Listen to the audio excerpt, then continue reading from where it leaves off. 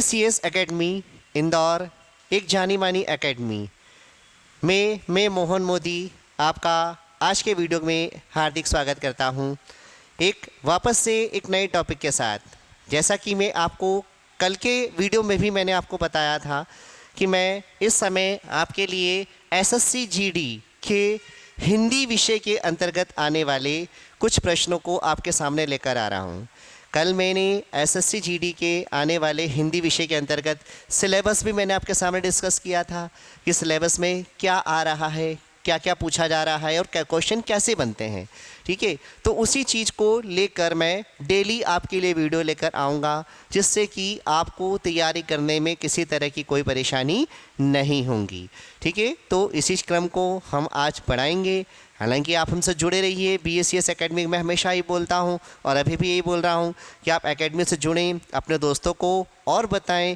ज़्यादा से ज़्यादा क्या करेंगे, आप वीडियो के साथ जुड़ेंगे तो आपको बहुत इसका बेनिफिट मिलेगा। और आपको जो भी दिक्कतें आती हैं आप कमेंट बॉक्स में ज़रूर बताएं, तो उसमें हम क्या कर पाएंगे, आप कमेंट को देखकर उसका रिप्लाई कर पाएंगे। लाइक करिए, शेयर करिए, कमेंट करिए। ये सब चीज़ें अगर करते हैं आप तो उससे हमें एक हौसला मिलता है नए वीडियो बनाने के लिए और आपको कुछ और अच्छा देने के लिए।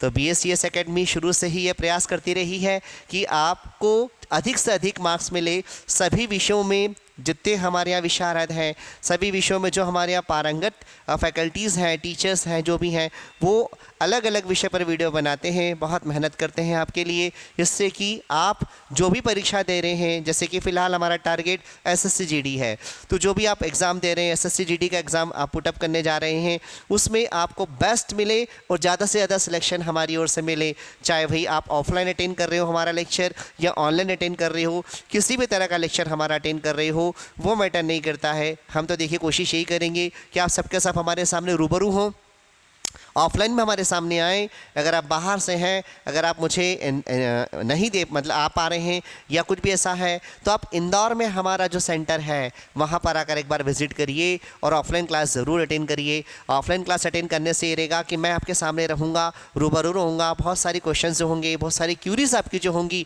उन क्यूरीज को बड़ी आसानी से मैं क्या कर पाऊँगा, आमने सामने। एक बात अलग ही होती है और वीडियो के माध्यम से मैं आपके सामने डिलीवर करता हूँ बहुत सारी लेक्चर्स, कोई दिक्कत नहीं है, बहुत सारे क्वेश्चन भी समझाऊंगा।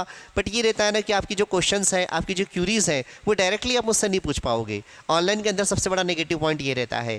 बाकी कोई दिक्कत नहीं है, आपको बेनिफिट मिलता रहे, इसी के प्रयास में BSCS और आपके मोदी सर दोनों लगे हुए रहते हैं। तो हिंदी के लेक्चर आपके मोदी सर के साथ क्या करिए, आप देखते रहिए। चलिए, आज का लेक्चर जो है वही 20 क्वेश्चन मैं आपके सामने लाऊंगा। 20 क्वेश्चन को बीच बीच में मैं समझाता जाऊंगा और समझाने के साथ साथ मैं आपका जो एक कॉन्फिडेंस लेवल है वो मैं क्या करता हूँ, आपका ग्रो करता रहूँगा, बढ़ाता रहूँगा। तो आप बिल्कुल वीडियो ज़रूर देखते रहिए। ये सारे जो आपके सामने वीडियोस लेकर आ रहा हूँ, इसमें आपके एग्ज़ाम की तैयारी किस तरह से करनी है, क्वेश्चंस कैसे लगाने हैं, क्वेश्चन पर हमें किस प्रकार से वर्कआउट करना है, इन सब चीज़ों के बारे में मैं डिस्कस करा था, कल भी मैंने आपको बताया था और बीच बीच में मैं बताता भी रहूँगा। तो चलिए बढ़ते हैं आज के प्रश्न की तरफ। आज का जो पहला क्वेश्चन हमारा जो है उस पर हम बात करते हैं। देखिए, चलिए पहला क्वेश्चन, जैसा कि कल सिलेबस आपको पता ही है, नहीं पता है तो मैं फिर से एक बार बता देता हूँ। सिलेबस में उपसर्ग है, प्रत्यय है, समानार्थी शब्द है, ठीक है, विसंधि है, समास है, संज्ञा है, ठीक है। ये सारे जो बेसिक व्याकरण है जो आप पटवारी की तैयारी के लिए करते हो, वही सारा का सारा आपको यहाँ पर दिया हुआ है। ऐसे 15 से 20 टॉपिक आपके इसमें दिए होंगे, उन्हीं से संबंधित सारे क्वेश्चंस आपके सामने मैं लेकर डेली आता हूँ और आगे भी आता रहूँगा। और मेरी कोशिश ये रहेगी कि आप SSC GD, अगर हम BSCS से आप जुड़े हुए हो तो SSC GD एटलीस्ट आपका क्लियर हो। SSC GD के अंदर आप अपना स्थान सुनिश्चित कर लें। इसी प्रयास के साथ क्या कर रहे हैं, हम लोग आगे की तरफ बढ़ते जाते हैं। बस आपसे एक यही रिक्वेस्ट करेंगे हम कि आप हमारे वीडियोस को देखिए, लाइक, शेयर, कमेंट, फॉलो ये ज़रूर करिए। जितने ज़्यादा व्यूवर्स होंगे, जितने ज़्यादा लाइक्स होंगे, कमेंट्स होंगे, शेयर होंगे, उतना और जोश के साथ क्या कर पाएंगे, हम आपके सामने आ पाएंगे एक अपने नए वीडियो के साथ। नया प्रेजेंटेशन, नया वीडियो, नया टॉपिक और सब कुछ नया नया आपके लिए होगा और आपके नॉलेज को बढ़ाने के लिए होगा। तो चलिए आगे हम स्टार्ट करते हैं। आगे टाइम ख़राब न करते हुए आगे बढ़ते चलते हैं हमारे पहले प्रश्न की तरफ। निम्नलिखित शब्दों का विलोम का चयन करिए। विलोम शब्द भी आपके सिलेबस में है, विलोम शब्द और पर्यायवाची शब्द। तो हम बात किसकी कर रहे हैं? विलोम शब्द की। विलोम शब्द का चयन हमें करना है। कैसे हम विलोम शब्द का चयन करेंगे? कल के लेक्चर में मैंने आपको बताया था कि विलोम शब्द क्या होता है। देखिए, कल के लेक्चर में हम जब बात कर रहे थे तो विलोम शब्द हमारे क्या होते हैं इसके बारे में मैं आपको बता रहा हूँ। देखिए,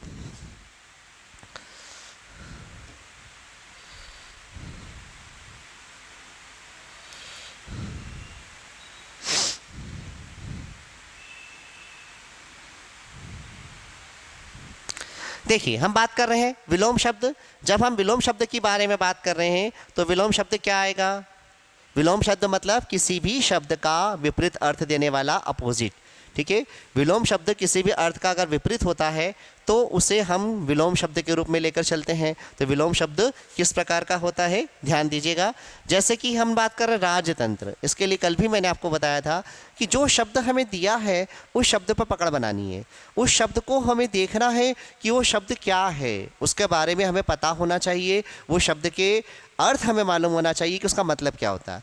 जब उसका मतलब हमें पता होगा तभी क्या कर पाएंगे, हम उसका विलोम निकाल पाएंगे। अब जैसे हमें यहाँ पर क्या दिया हुआ है? राजतंत्र दिया हुआ है।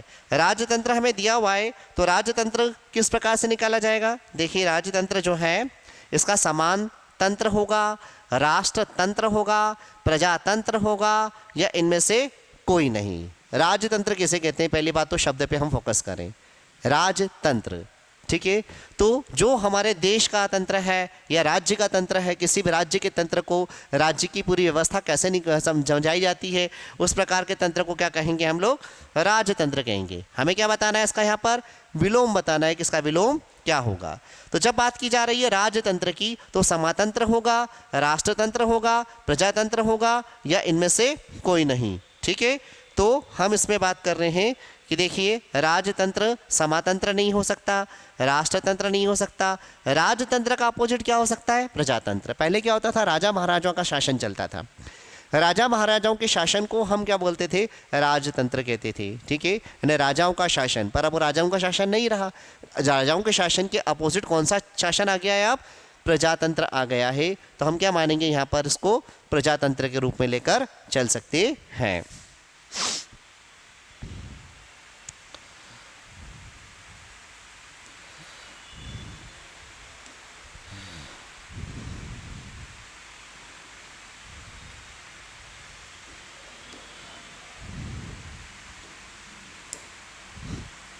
चलिए नेक्स्ट, फिर अगले क्वेश्चन की तरफ बढ़ते हैं। विलोम का चयन करना है हमें, वही विलोम शब्द हमें बताना है कि विलोम शब्द यहाँ पर क्या होगा। तो ध्यान से समझें, हम विलोम शब्द इसमें कौन सा लेंगे हम लोग। ठीक है, तो मैं आपको बता रहा हूँ यहाँ पर विलोम शब्द। ठीक है, तो विलोम शब्द का चयन हम कैसे करेंगे?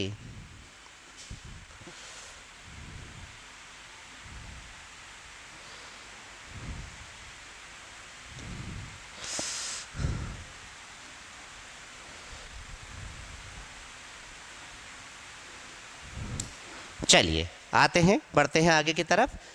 जैसे हमारे पास शब्द दिया है हमको शीत, शीत शब्द दिया है। इस शीत शब्द का हमें क्या करना है? विलोम बताना है। तो मैंने अभी बताया ना आपको कि शब्द जो भी होगा उस शब्द पे फोकस करना है हमको। शीत का अर्थ पता होना चाहिए, शीत के बारे में हमें जानना है कि हमें शीत होती क्या है। शीत का अर्थ जो होता है वो होता है क्या? ठंड। ठीक है, शीत का अर्थ हम लोग क्या बोलेंगे? ठंड बोलेंगे। शीत का अर्थ, अब ठंड जो है उसका अपोजिट क्या होगा? ठंड का अपोजिट जो होगा वो हम जानते हैं कि ठंड का अपोजिट क्या होगा। ठीक है, तो ये आपका जो शीत शब्द आया है वो शीत शब्द का क्या करना है हमको? यहाँ पर अपोजिट बताना है, विलोम बताना है। तो शीत का अर्थ क्या हुआ? ठंडा। ठीक है, जो चीज़ ठंडी हो उसे शीत कहा जाता है। शीत से शीतल शब्द बना जो ठंडा है। अब शीत से उल्टा क्या हो सकता है? गर्म होगा, गर्मी होगा, उष्ण होगा, या वसंत होगा। ठीक है, वसंत तो हो नहीं सकता इसका, है ना, क्योंकि शीत का संबंध जो है वो उसका अपोजिट से तो वसंत का मतलब निकलता नहीं है। उष्ण तो गर्मी, भाई गर्म जो हम बोलेंगे तो गर्म का जो बनता है वो जोड़ा किसके साथ बनता है? ठंडा के साथ। जानते हैं शीत का मतलब वही गर्म ही होगा अपोजिट में, बट जोड़ा नहीं बनता इसका। जिसके साथ जिसका जोड़ा बने उसको उसी के साथ रखना होता है, ये हमें ध्यान रखना है। तो शीत के साथ गर्म नहीं होगा तो क्या गर्म की बात की जाए तो यहाँ पर ठंडा देना चाहिए उसको। ठंडा नहीं दिया है तो हम ठंडे का अपोजिट गर्म होता है तो वो नहीं रख सकते।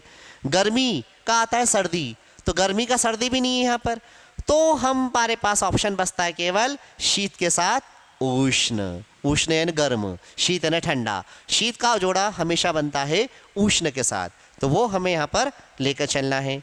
चलिए फिर आते हैं नेक्स्ट क्वेश्चन की तरफ। अगले क्वेश्चन की तरफ आगे बढ़ते हैं हम लोग, ध्यान दें, ठीक है।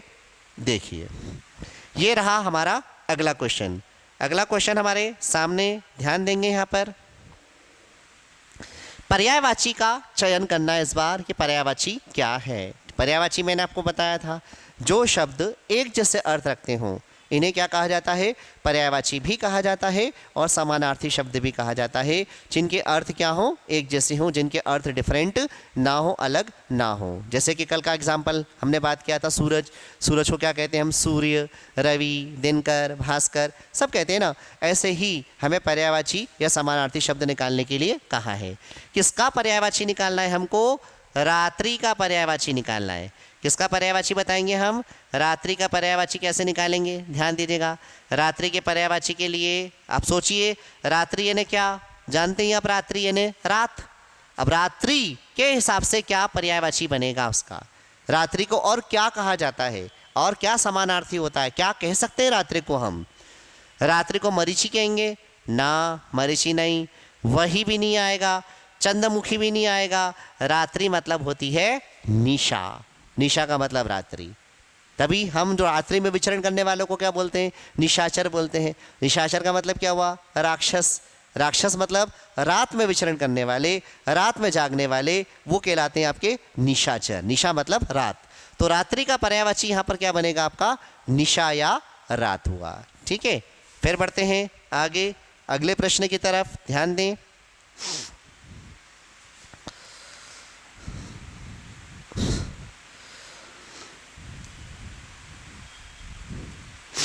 चलिए अगला क्वेश्चन हमारे सामने, चांद शब्द का समानार्थी नहीं होगा। इस बार आपको नेगेटिव सेंस में क्वेश्चन बनाना है। नेगेटिव सेंस में क्वेश्चन में हम क्या करेंगे वो मैं आपको समझा रहा हूं। जो नहीं होगा वो छांटना है। मतलब इसमें क्वेश्चन क्या दिया है, 3 ऑलरेडी होंगे और 1 नहीं होगा। जो होंगे उनको नहीं, जो नहीं होगा वो हमें बताना है। क्वेश्चन पॉजिटिव सेंस में और नेगेटिव सेंस में, दोनों सेंस में आपसे पूछा जा सकता है। जैसे यहाँ पर क्वेश्चन क्या दे दिया हमको, नेगेटिव सेंस में दे दिया कि चांद शब्द का समानार्थी नहीं होगा। जो चांद का पर्यायवाची नहीं है, चांद का जो समानार्थी नहीं है, चांद जैसा कोई शब्द नहीं है, चांद से अलग अर्थ देने वाला कोई शब्द है, उसे आपको छांटना है, वो क्या होगा। तो देखिए चांद का संबंध किससे है, आप जानते हो ना, चांद का संबंध रात से है, क्योंकि रात के समय चांद मिलता है, आपको चांद दिखता है ना। तो हम देखें पहली बात तो मयंक। मयंक कहलाता है चांद। चांद का जो पर्यायवाची है वो मयंक होता है। मयंक का मतलब चंद्रमा होता है। ठीक है, हिमांशु का मतलब भी चांद होता है। हिमांशु यानी जिसके कारण क्या हो, हिम ठंडी हो जाए, बर्फ हो जाए, है ना। जो बर्फ के जमाव को बढ़ावे तो अपनी सर्दी के कारण, अपनी रश्मियों के कारण क्या करता है, वो ठंडेपन को बढ़ाता है। तो हिम का अंश जो है वो क्या कहलाता है, हिमांशु। मयंक ये कहलाते हैं। निशानाथ, अभी आपने समझा, निशा मतलब होता है रात। रात का जो स्वामी है, रात का नाथ जो है, निशा का जो नाथ है, उसे भी हम चांद कहेंगे। तो ये 3 पर्यायवाची जो है वो किसके हैं, चांद के हैं। लेकिन ये वाला आदित्य, ये चांद का पर्यायवाची या समानार्थी नहीं है। आदित्य का अर्थ होता है सूरज, सूर्य, रवि, दिनकर, भास्कर। सूरज का पर्यायवाची आदित्य, ये मैंने कल के लेक्चर में आपको बताया था। तो सीधी सी बात है, चांद का समानार्थी कौन सा नहीं होगा, आदित्य नहीं होगा। इस पर हमने बात की। चलिए बढ़ते हैं नाउ नेक्स्ट अगले क्वेश्चन की तरफ। अगला क्वेश्चन ध्यान से देखें कि अगले क्वेश्चन में हम क्या पढ़ेंगे। ठीक है, ये रहा हमारे पास अगला क्वेश्चन। सब कुछ जानने वाले के लिए उपयुक्त एक शब्द बताइए। जो सब कुछ जानता है उसे हम क्या कहते हैं, सब कुछ जानने वाले को हम क्या कहेंगे। सब कुछ जानने वाले के लिए एक शब्द हमको यहाँ पर बताना है। तो देखिए, जो सब कुछ जानता है, पहली बात तो देखो जो उसने पूछा है उस पर फोकस किया, दिमाग लगाएंगे, उस पर ध्यान देंगे कि क्या दिया है। सब कुछ जिसको पता है, सब कुछ जो जानता है, उसे क्या कहेंगे, जानकार कहेंगे। जानकार केवल कुछ जानकारी रख सकता है। जो थोड़ी बहुत जानकारी रखे ना, उसे हम क्या कहेंगे, जानकार। सब कुछ जानने वाला जानकार तो हो नहीं सकता। फिर सब कुछ जानने वाले को बुद्धिमान भी नहीं कह सकते, क्योंकि यहाँ बुद्धि की परीक्षा नहीं हो रही। जो सब कुछ जिसे पता है, तो हम ये थोड़ी कह सकते अब सब कुछ पता है तो वो बुद्धिमान हो गया। बुद्धिमान मतलब बुद्धि का प्रयोग करने वाला, तो वो चीज़ भी यहाँ पर नहीं बनेगी। अज्ञेय, जिसे जाना न जा सके, वो भी नहीं आना है अज्ञेय भी इसमें। तो जो सब कुछ जानता है वो कौन हुआ हमारा? सर्वज्ञ। सर्वज्ञ मतलब जिसे सब कुछ पता हो, जो सब कुछ जानता हो, उसे हम क्या कहते हैं? सर्वज्ञ। तो ऐसे अनेकार्थी शब्द, वाक्यांशों के लिए एक शब्द भी हमारे सिलेबस में है। हमारे सिलेबस में हमें विलोम शब्द पढ़ना है, पर्यायवाची शब्द पढ़ना है, जैसे वाक्यांशों के लिए एक शब्द पढ़ना है। इन सब की प्रैक्टिस करनी है। मैं डेली आपके लिए इस तरह के सेट लेकर आऊँगा, 20-20 क्वेश्चन में डेली आपके सामने लाऊंगा। उन क्वेश्चंस को आप सॉल्व करते रहिएगा। उन क्वेश्चन को मेरे साथ क्या करिए, यहाँ पर बने रहिए। इन क्वेश्चन को कैसे डिस्कस कर रहे हैं हम लोग, किस तरह से इनका आंसर निकाल रहे हैं, कहाँ दिक्कतें आएंगी, क्या समझाने वाला मैटर होगा, जहाँ समझाने वाला मैटर होगा उसको एक्सप्लेन भी करूँगा। ये सारी चीज़ों को ध्यान में रखकर क्या करना है, हमको ये समझते चलना है। तो इसके लिए आपको मेरे साथ हमेशा बने रहना पड़ेगा। डेली आपके लिए क्या मिलेंगे, इस प्रकार के क्वेश्चंस मैं आपके सामने लेकर आता रहूँगा, क्योंकि मेरा जो टारगेट है वो एसएससी जीडी में आपको हिंदी में क्या है, पूरे में से पूरे नंबर दिलवाना। तो आप ये अगर सब अच्छे से समझ लोगे, इन पर फोकस करोगे, तो आप कभी भी इस प्रकार के क्वेश्चंस वो पूछे जाएं तो आप गड़बड़ नहीं करके आओगे, कोई गलती नहीं करोगे। देखो बेटा, होता यही है, क्वेश्चंस पे फोकस करना हमें आना चाहिए। क्वेश्चन पे ध्यान दीजिए। हड़बड़ी में कभी भी आंसर का महीन लगाइए। हड़बड़ी में हम क्या करते हैं, हाँ ये सही है, ये सही है, सही है, हम क्या है जल्दबाजी में आंसर लगा कर आ जाते हैं। जल्दबाजी में जब हम मिलता जुलता आंसर लगा कर आते हैं और जो पता चलता है कि वो आंसर उसका है ही नहीं, तो हमारा एक नंबर चला जाता है। बाद में आकर हम पछताते हैं, क्या मतलब रहा उसका। इसलिए बेटर है कि आप क्वेश्चन को अच्छे से फोकस करो, क्वेश्चन को रीड करो ध्यान से, सावधानी से। 4 ऑप्शन आपको मिलते हैं। 4 ऑप्शन में से 2 ऑप्शन ऐसे मिलेंगे आपको जिनका कोई अर्थ नहीं है या वो उससे लॉजिक से अलग हो गए, उनको आप हटा दो। 2 जो उससे सबसे ज़्यादा मिलते जुलते जो हैं, उनमें हमें क्या करना है, चुनना है कि सबसे बेस्ट क्या होगा, जो उसको परफेक्ट सूट करेगा उस क्वेश्चन को, उसको हमें चुनकर क्या करना है, टिक करना है। तो इस चीज़ का थोड़ा सा ध्यान रखेंगे, क्वेश्चन आपके गलत नहीं होंगे। चलिए बढ़ते हैं नेक्स्ट, फिर आगे अगले क्वेश्चन की तरफ। देखिए अगला क्वेश्चन हमारे पास, निम्नलिखित में से कौन सा शब्द पुल्लिंग है? स्त्रीलिंग पुल्लिंग भी है हमारे सिलेबस में। कौन सा शब्द पुल्लिंग है? मैंने बताया ना कल कि हमें बच्चों जैसे पुल्लिंग स्त्रीलिंग नहीं देगा। वो ये नहीं पूछेगा कि शेर कौन सा लिंग है, लड़का कौन सा लिंग है, ना ऐसे क्वेश्चन नहीं पूछेगा। अब इसने क्या दे दिया हमारे पास में, 4 अलग अलग तरह की चीज़ें हमें हमारे सामने रख दी। इनमें से उसने बोला है बताइए इसमें से पुल्लिंग कौन सा है। अब कोई दूसरा होता ना बच्चा, तो अरे चांदी सोना नदी और रात्रि में से कैसे बताए कि पुल्लिंग स्त्रीलिंग क्या है। हम होते ना तो क्या बोलते, यही बोलते, अरे उसको क्वेश्चन देना नहीं आता है, उसने ऑप्शन गलत दे दिए, ये ऐसे ऑप्शन देते हैं क्या, इसमें से कैसे बताएंगे पुल्लिंग स्त्रीलिंग क्या होता है ना। इसमें ही हमें बताना है कि स्त्रीलिंग क्या है, पुल्लिंग क्या है। हमें क्वेश्चन क्या दिया है, निम्नलिखित में से कौन सा शब्द पुल्लिंग है। कौन सा शब्द पुल्लिंग मतलब इसमें एक शब्द पक्का पुल्लिंग है, बाकी 3 शब्द स्त्रीलिंग है। तो कैसे पता चलेगा हमको कि इसमें स्त्रीलिंग और पुल्लिंग कैसे निकालेंगे। शब्द ऐसे दे दिए उसने, शब्द उसने ऐसे दे दिए, तो उन शब्दों में से ही तो निकालना है हमको पुल्लिंग। उसके लिए कल मैंने एक तरीका बताया था आपको, चाहे वो वचन हो कि लिंग हो, उसका वाक्य बना के देखो। वाक्य बना के देखोगे तो आपको फटाफट समझ में आएगा कि वो पुल्लिंग है कि स्त्रीलिंग है। चांदी पहनी जाती है, पहनी जाती है तो मतलब चांदी क्या हो गया, स्त्रीलिंग होगा। नदी बहती है, नदी भी क्या हुआ आपका, स्त्रीलिंग हुआ।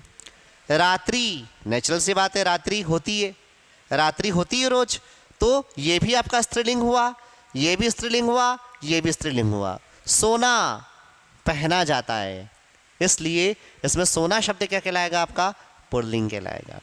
ऐसे शब्दों में से आपको स्त्रीलिंग पुल्लिंग निकालने के लिए आएंगे, इसलिए थोड़ा सा आप ध्यान से समझिएगा, गड़बड़ी नहीं करना है, जल्दबाजी में कोई निशान लगा के नहीं आना है। सावधानी से क्वेश्चन को भी पढ़िए, ऑप्शन को भी देखिए, फिर निशान लगाइए, आपका आंसर परफेक्ट जाएगा। बस थोड़ा सा ध्यान रखने की आवश्यकता हमको है। चलिए बढ़ते हैं अगले क्वेश्चन की तरफ।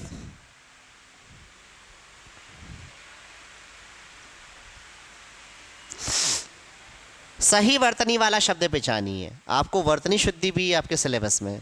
वर्तनी शुद्धि का मतलब ये होता है कि कौन सा शब्द गलत तरीके से लिखा है। सही तरीका वाला जो शब्द है आपको सही वर्तनी वाला छांटना है, मतलब जो शब्द सही लिखा है उसे छांटना है। तीन शब्द का लिखने का तरीका गलत है, कहीं मात्रा की गड़बड़ करी, कहीं क्या गड़बड़ करा है, कुछ ना कुछ क्या है उसने हटा के कुछ गड़बड़ करी है। तो उसमें जो गलत है उनको नहीं छांटना, जो सही है उसे आपको छांटना है। सही वर्तनी वाला शब्द आप पता लगाओगे। अनुच्छेद होता है क्या? अनुच्छेद नहीं होता है, गलत शब्द है अनुच्छेद, ऐसा नहीं लिखते अनुच्छेद। अन्य छेद भी नहीं होता, ना अनुच्छेद होता है ना अन्य छेद होता है, ना अनुच्छेद होता है, शब्द ही गलत है। अनुच्छेद होता है, आधा छ के साथ छ लगता है, हमेशा याद रखो। ऐसे आपको शुद्ध शब्द छांटने के लिए, सही वर्तनी वाला शब्द छांटने के लिए भी आ सकता है और नेगेटिव सेंस में भी दे सकता है। वो नेगेटिव सेंस में वो तीन शब्द ऐसे दे देगा जिनके आंसर सही होंगे और जिसका आंसर, एक का आंसर ऐसा दे देगा जिसका आंसर सही नहीं होगा या जो अशुद्ध शब्द होगा। तीन शुद्ध देकर शुद्ध पूछ सकता है हमसे, तीन अशुद्ध देकर एक शुद्ध पूछ सकता है हमसे, मतलब उसके पूछने का तरीका कुछ भी हो सकता है। सही वर्तनी पूछ सकता है, अशुद्ध वर्तनी पूछ सकता है, जो अशुद्ध वर्तनी नहीं है वो पूछ सकता है, जो शुद्ध वर्तनी या सही वर्तनी नहीं है वो पूछ सकता है। पॉजिटिव सेंस, नेगेटिव सेंस, किसी भी सेंस में क्वेश्चन हमसे पूछ सकता है। हमारा जवाब क्या होना चाहिए? बिल्कुल परफेक्ट होना चाहिए। इसके लिए क्वेश्चन को बहुत ध्यान से देखिए। क्वेश्चन को ध्यान से देखेंगे तो ही क्या कर पाएंगे, आप इसको बना पाएंगे और सही आंसर लगा पाएंगे। तो आपने देखा कि सही वर्तनी हमने किस तरह से छांटी। चलिए बढ़ते हैं अगले क्वेश्चन की तरफ। 8वां क्वेश्चन, ईमानदारी में कौन सी संज्ञा है? ठीक है, ईमानदारी ये आपका है, या ईमानदारी समझ लीजिए आप। ईमानदारी नहीं है, वो थोड़ा सा मिस्टेक है, छपा नहीं है। वो शब्द आपका क्या बनेगा? ईमानदारी शब्द है वो। ठीक है, ये शब्द को आप समझेंगे। ये शब्द कौन सा हो गया हमारा? ईमानदारी। ठीक है, इस शब्द को हम ऐसा समझें कि इस शब्द में क्या बतानी है हमको? संज्ञा। अब संज्ञा तो पता है ना आपको, व्यक्ति, वस्तु, स्थान, भाव आदि के नाम को संज्ञा कहते हैं। भाव, यहाँ ईमानदारी क्या है हमारा? कोई गुण हो सकता है, कोई भाव हो सकता है, अवस्था हो सकती है, कुछ भी हो सकता है। तो ईमानदारी जो है वो ना कोई व्यक्ति है, ईमानदारी जो है ना कोई समूह है, ना कोई जाति है, ये एक प्रकार का भाव, गुण, इस प्रकार की बात आती है। तो संज्ञा का एक प्रकार है। व्यक्तिवाचक तो हो नहीं सकता क्योंकि ईमानदारी कोई नाम नहीं है, समूहवाचक हो नहीं सकता, कोई कलेक्शन नहीं है। ठीक है, द्रव्यवाचक कोई पदार्थ नहीं है। तो सीधी सी बात है, बचा क्या? भाव। तो ईमानदारी क्या कहलाएगा? आपका भाववाचक संज्ञा कहलाएगा, क्योंकि ईमानदारी क्या है? आपका एक गुण हो गया, एक आपके अंदर की क्वालिटी हो गई। अब ईमानदारी ये भाव है, गुण है, कुछ भी इस प्रकार की बात है, तो वो काय में जाएगी? आपकी भाववाचक संज्ञा के अंतर्गत जाएगी। तो ये आपका क्या कहलाएगा? भाववाचक संज्ञा। ईमानदारी आपका भाववाचक संज्ञा। व्यक्तिवाचक संज्ञा में क्या आता है? कल ही बताया था मैंने, किसी पर्टिकुलर व्यक्ति, विशेष आदि का नाम क्या कहलाता है? व्यक्तिवाचक संज्ञा कहलाता है। समूहवाचक संज्ञा के अंदर कलेक्शन होता है किसी चीज़ का। भाववाचक संज्ञा में हम गुण वगैरह ये सब रखते हैं, और द्रव्यवाचक संज्ञा कोई पदार्थ वगैरह होता है वो। तो आप समझे कि ये क्या है? आपका भाववाचक संज्ञा। चलिए बढ़ते हैं अगले प्रश्न की तरफ। अगला प्रश्न हमारा, आंखें खुलना का क्या अर्थ है? देखिए ध्यान से, आंखें खुलना। ठीक है, आंखें खुलना शब्द का हमें क्या निकालना है? यहाँ पर अर्थ निकालना है। आंखें खुलना का मतलब, कहते हैं ना उसकी आंखें खुल गई। आंखें खुल गई एक मुहावरा है, मुहावरे भी हमारे सिलेबस में। आंखें खुलना मुहावरा, इस मुहावरे का क्या अर्थ हो सकता है? आंखें खुलना मतलब भाग जाना? ना ना, आंखें खुलना मतलब भाग कैसे जाएगा? आंखें खुलने का मतलब नींद खुलना? नहीं, आंखें खुली का इसका मतलब इसका अलग सेंस में अर्थ निकलेगा। ऐसा नहीं कि आप नींद से जाग गए हो, नहीं। सवेरा होना तो बिल्कुल नहीं होगा। तो सीधी सी बात किस पर बात आएगी? सजग होना, चौकन्ना होना, सावधान हो जाना। ठीक है, आंखें खुलना।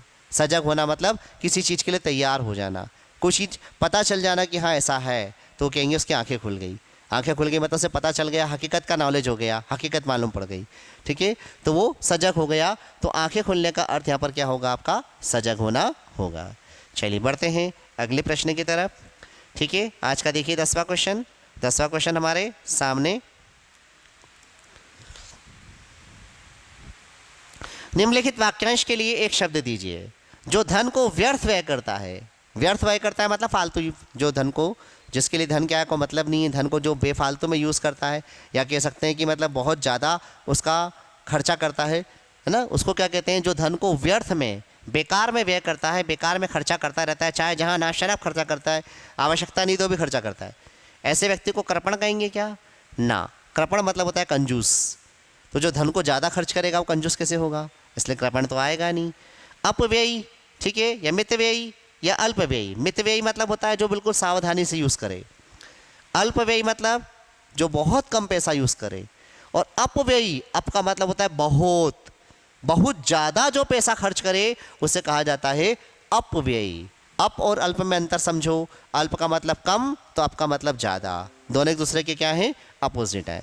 तो यहाँ पर पैसा अधिक खर्च करने वाले को क्या कह रहे हैं हम लोग, पैसा अधिक जो खर्च कर रहा है वो कहला रहा है आपका अपव्ययी। तो आशा है आप लोग को समझ में आ रहा होगा।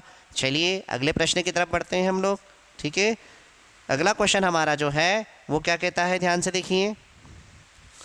सिर से पानी गुजर जाना, वही मुहावरा है। सिर से पानी गुजर गया का मतलब ये होता है कि हम सिर के ऊपर से पानी निकल गया।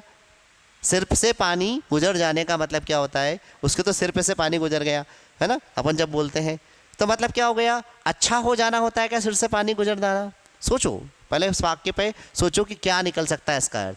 सिर से पानी गुजर जाने का मतलब बाढ़ आ जाना, अरे बाढ़ का तो संबंध ही नहीं है, इसका अर्थ ही कुछ और निकलेगा, पानी की बाढ़ से कोई मतलब नहीं। सिर से पानी गुजर जाना, तो जो चीज़ हमें लग रही कि नहीं हो सकती उसे हम हटाते जाएंगे, ठीक है। सिर से पानी गुजर गया का मतलब क्या हो, अच्छा हो जाना। सिर से पानी गुजर जाने का मतलब होता है अच्छा हो जाना। दो चीज़ तो हमको ऐसी लग रही जो हो ही नहीं सकती है। अब आमी बात आती है अपमान सहन कर लेना या सहनशीलता की सीमा टूट जाना। सोचिए दो में से क्या आंसर हो सकता है। सिर से पानी गुजर जाने का मतलब अपमान सहन करना या सहनशीलता की सीमा टूट जाना, ठीक है। जब कहते हैं ना उसके तो सिर पे से पानी गुजर गया, सिर से पानी गुजर गया मतलब उसको कुछ भी बोल दो कोई फर्क नहीं पड़ता, ठीक है। तो सिर से पानी गुजर जाने का मतलब होता है सहनशीलता की सीमा क्या होना, टूट जाना होता है। ऐसे ही क्या करना है आपको, छांटना है और छांट कर आगे की तरफ बढ़ना है। पूरी तरह से फोकस करेंगे, हर क्वेश्चन का जवाब दे पाएंगे। गर्भिणी शब्द किस वर्ग में है, गर्भिणी शब्द, शब्द दिया है गर्भिणी, तत्सम तद्भव भी हमारे सिलेबस में। तो गर्भिणी शब्द किस में आएगा, आप देखिए शुद्ध शब्द है, संस्कृत भाषा का शुद्ध शब्द। संस्कृत भाषा का शुद्ध शब्द क्या होता है हमेशा पता है ना, तत्सम शब्द। तत्सम शब्द मतलब संस्कृत भाषा के शुद्ध शब्द। तद्भव मतलब जो हिंदी में आकर क्या हो गए, बदल गए, जिनका रूप परिवर्तन हो गया हिंदी में आकर, उन्हें हम तद्भव कहते हैं। तो देशी मतलब गांव खेड़ों की भाषा में यूज़ होने वाला वो देशी शब्द होता है, और विदेशी मतलब विदेशी भाषा से जो हमारी भाषा में आया। तो देशी तो हो नहीं सकता, गांव खेड़े की भाषा का शब्द नहीं गर्भिणी, विदेशी शब्द भी नहीं हो सकता, बाहर से भी नहीं आया किसी दूसरी भाषा से ये शब्द।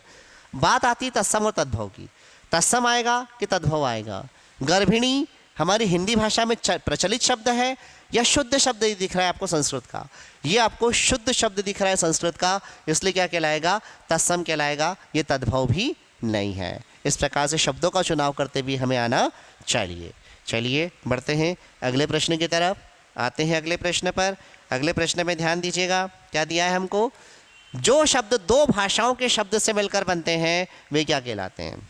दो अलग अलग भाषा के शब्दों को मिलाकर एक बना दिया।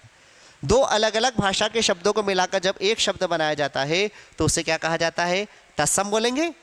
अभी देखा ना तत्सम हमने, शुद्ध शब्द था, एक ही शब्द था कहाँ थी दो भाषा, इसलिए तत्सम तो है नहीं। तद्भव मतलब उसका अर्थ, अर्थ भी दो भाषा का नहीं है। दो अलग अलग भाषा को मिलने से बनने वाला शब्द क्या विदेशी हो गया, नहीं, उनमें एक भाषा हमारे यहाँ की भी हो सकती है। एक भाषा जब हमारे यहाँ की हो सकती है तो हम विदेशी कैसे बोल देंगे, इसलिए ना तत्सम आएगा ना तद्भव आएगा ना विदेशी आएगा, वो शब्द क्या कहलाएगा आपका, संकर। संकर का मतलब होता है जुड़ा, ये शंकर नहीं है, भगवान शंकर वाला शंकर नहीं है, संकर है संकर। संकर मतलब जुड़ना, दो जब अलग अलग शब्द जुड़ते हैं, दोनों अलग अलग भाषाओं के शब्दों को मिलाकर एक बनाया जाता है तो उसे क्या कहा जाता है, संकर कहा जाता है। अब इसका एग्जाम्पल कैसे हुआ दो भाषाओं का शब्द, मान लीजिए हम बात कर रहे हैं यहाँ पर रेलगाड़ी। रेलगाड़ी शब्द हमारे पास रेल और गाड़ी दो शब्दों से मिलकर बना। रेल अंग्रेजी भाषा का शब्द, गाड़ी हिंदी भाषा का शब्द, दोनों भाषाओं के शब्द मिले आपस में तो रेलगाड़ी नया शब्द बन गया, है ना। तो हमने देखा ना दो अलग अलग भाषा के शब्द जब आपस में मिलते हैं और जब तीसरा शब्द बन जाता है, ऐसे शब्दों को क्या कहा जाता है, संकर शब्द कहा जाता है। तो ये संकर शब्द का उदाहरण हुआ, ये आप ध्यान से देखें। चलिए बढ़ते हैं अगले प्रश्न की तरफ। अगले प्रश्न में ध्यान से देखिएगा, क्या निकालना है हमको, वीर रस का स्थायी भाव, रस भी है, वीर रस का स्थायी भाव कौन सा हुआ। वीर वाली बात जब होती है तो आश्चर्य होता है क्या ना, वीर रस की जब बात होती है, ठीक है, जोश वाली बात होती है, तो क्रोध आता है क्या? नहीं। करुणा ने दुख होता है क्या? नहीं। वीर वाली बात होती है तो क्या आता है? हम में कुछ करने के लिए उत्साह आता है। ऐसे आपको शब्दों को ध्यान से देखकर क्या करना है, उसका निशान लगाना है। तो वीर रस का स्थायी भाव क्या कहलाएगा? उत्साह कहलाएगा। चलिए बढ़ते हैं अगले प्रश्न की तरफ। जो आंख के समक्ष ना हो, जो हमारी आंखों के सामने ना हो, उसे क्या कहते हैं? आंखों के सामने जो ना हो उसे अनदेखा। अनदेखा तो मतलब जानबूझकर किसी चीज को नहीं देखने वाली बात। परोक्ष, अपरोक्ष, ठीक है। परोक्ष मतलब जो आंखों के सामने हो, अपरोक्ष मतलब जो आंखों के सामने ना हो। अज्ञात मतलब जिसे जाना ना जा सके, तो क्या आएगा इसका? अपरोक्ष हम रखेंगे। चलिए बढ़ते हैं नेक्स्ट अगले क्वेश्चन की तरफ। 16वां क्वेश्चन ध्यान देंगे। 16वें क्वेश्चन में क्या करना है हमको? ध्यान दें। निष्फल में उपसर्ग है। निष्फल, याद रखिए यहां पर क्या दिया है हमको? निष्फल करके शब्द दिया है। अब फल तो क्या हो गया? मानक शब्द हो गया। कल मैंने बताया था मानक शब्द के पहले उपसर्ग लगता है। निश, ठीक है। अब निश याद रखो, कभी भी चाहे स कोई सा भी आवे, उपसर्ग हमेशा काय में बनेगा? सरोते के रूप में बनेगा। चाहे यहाँ पर आधा शक्कर आ जावे, आधा षटकोण आ जावे, आधा सरोता आ जावे, कहीं भी आ जावे, बट आपको हमेशा उपसर्ग जो है सरोते के रूप में ही बनाना है। इसलिए ये आपका क्या कहलाएगा? निस कहलाएगा। ना नी है, ना निश है, ना फल है। आपका उपसर्ग, ये बात याद रखना, चाहे दुस हो या निस हो, सरोते का ही उपसर्ग में आता है। इस बात में सब बहुत सारे बच्चे गलती करते हैं, इसलिए इस चीज को थोड़ा सा ध्यान से समझना कि निस सरोते को ही उपसर्ग मानना है, चाहे श आपका कोई सा भी हो। ठीक, चलिए बढ़ते हैं अगले प्रश्न की तरफ। हमारा अगला प्रश्न क्या कहता है? गुरु के समीप या साथ रहने वाले छात्र को क्या कहते हैं? जो गुरु के पास रहता है, गुरु के समीप रहता है, ऐसे छात्र को हम क्या कहते हैं?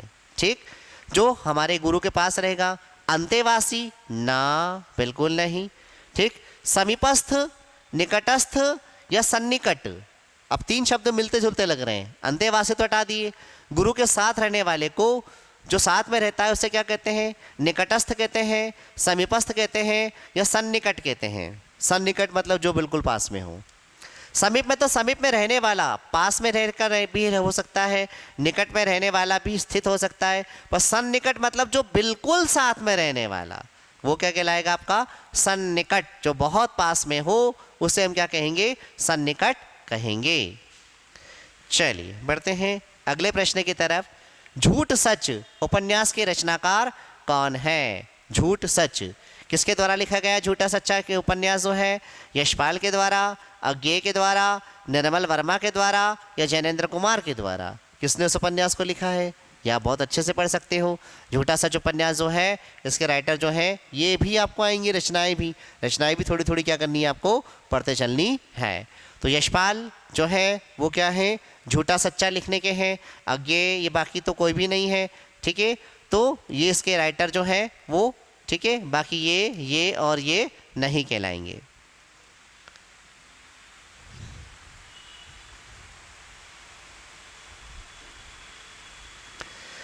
नाइनटीन क्वेश्चन पर आते हैं हम लोग, ध्यान दीजिएगा। 19 क्वेश्चन में क्या बताया गया है हमको? राजा का विलोम क्या होता है? अब राजा का विलोम पूछा है हमसे। विलोम शब्द पे मैं बता रहा हूँ ना कि आपको ध्यान अच्छे से देना है। राजा का विलोम प्रजा होता है। युवराज, युवराज तो होना नहीं है। राजा का राज्य भी नहीं होता है। राजा का क्या होता है? प्रजा। राजा और प्रजा में जो अंतर है वही दोनों का विलोम है। प्रजा से राजा, राजा से प्रजा। तो राजा का विलोम क्या माना जाएगा? रानी नहीं है। यहाँ जो ऑप्शन दिया उस पर बात करना है। यहाँ प्रजा दिया है तो हमको प्रजा मानना है। चलिए फिर आते हैं हमारे आज के लास्ट क्वेश्चन की तरफ। लास्ट क्वेश्चन हमारे सामने, जिसका कहीं कोई अंत ना हो, जिसका कोई अंत ना हो, जो ख़त्म ना हो, उसे हम क्या कहेंगे? जो ख़त्म ना हो उसे हम कह सकते हैं क्या? अनादि, जिसका आदि ना हो, शुरुआत ना हो। अखंड, जिसके टुकड़े ना हो। अनश्वर, जिसको नष्ट न किया जा सके। या फिर अनंत, जिसका कोई अंत ना हो उसे हम अनंत कहेंगे। तो मैंने देखा किस प्रकार से आपको पूरे 20 क्वेश्चन पे मैंने एक एक क्वेश्चन सभी के लेकर जो आपके टॉपिक्स थे, सिलेबस था, उसमें से उठाकर आपके सामने क्या क्वेश्चन लेकर आया। इसके सारे क्वेश्चन को इस प्रकार से सॉल्व करना है, कैसे करना है, कैसे निशान लगाएंगे, इन सब चीज़ों पर आपने ध्यान दिया, ठीक है। और इसी को इस प्रकार से आगे भी मैं आने वाले लेक्चर्स में क्या करूँगा, इस प्रकार के जो है क्वेश्चंस लाता रहूँगा, आपको समझाता रहूँगा, जिससे कि SSCGD में कोई क्वेश्चन आपका गलत ना होगा। हिंदी में सारे क्वेश्चंस आपके सही जाएंगे और आपको 100% सिक्योर आप कर पाओगे। बस यही है कि आप मेरे साथ बने रहिए, लेक्चर्स के अंदर जुड़े रहिए और मेरे वीडियोस को लाइक करिए, शेयर करिए, कमेंट करिए, फॉलो करिए, अपने व्यूअर्स बढ़ाइए, अपने फ्रेंड्स को बोलिए ज़्यादा से ज़्यादा वीडियो को देखें, जिससे कि हम और अच्छे से आपका वीडियो और लेकर आपके सामने आ सकें। चलिए कल फिर मिलते हैं, ठीक है। कल फिर एक नए इसी प्रकार के क्वेश्चंस को लेकर SSCGD के जो क्वेश्चंस आपको डेली मिल रहे हैं, तो कल के वीडियो के अंदर आपको और आगे कुछ मिलेगा। इसी बात के साथ मैं क्या करता हूँ, आपको विदा लेता हूँ। तब तक के लिए सभी को शुभ रात्रि।